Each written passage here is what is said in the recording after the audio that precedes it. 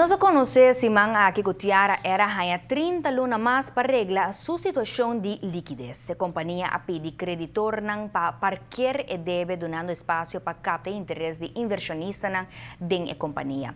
Entretanto, ta espera também que tenha tempo adicional e comissão que está administrar divisa na Venezuela, lo por los fundo que deve Tiara por 2013.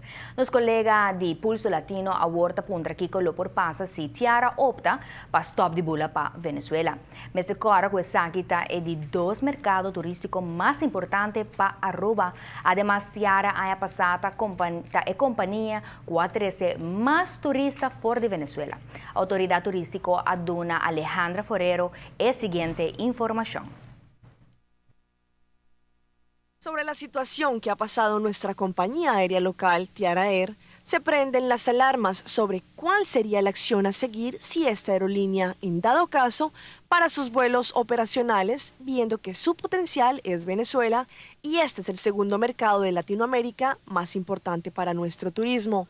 Consultamos a la Oficina de Turismo de Aruba e indicaron que, referente al año 2013, Tiara transportó cerca de un 24% de todo el mercado procedente de Venezuela que entró a la isla.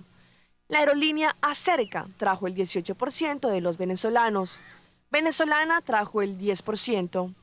Aruba Airlines el 10%. Laser trajo el 9% de los venezolanos. Aerotui el 6%.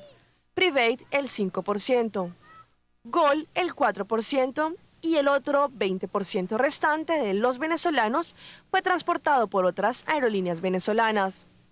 Referente al año 2014, Incel Air añadirá vuelos desde Venezuela con destino a Aruba viendo la situación por la que está pasando Tiara Air. Según lo que indica la Oficina de Turismo de Aruba, si es necesario, otras aerolíneas transportarán turistas venezolanos que tengan la intención de venir a nuestra isla, pero siempre y cuando se presente la necesidad y Tiara Air o las otras compañías mencionadas no pueden cumplir con la demanda de vuelos provenientes del país venezolano. Para Noticia Buenochi, soy Alejandra Forero. Bueno, Tiara... direito um pouco, correto. Da luna de tempo Tiara era rainha, nós mencionamos 30, porque 30 dias, pues luna de tempo Tiara rainha para assinar por reglar sua situação. Así no me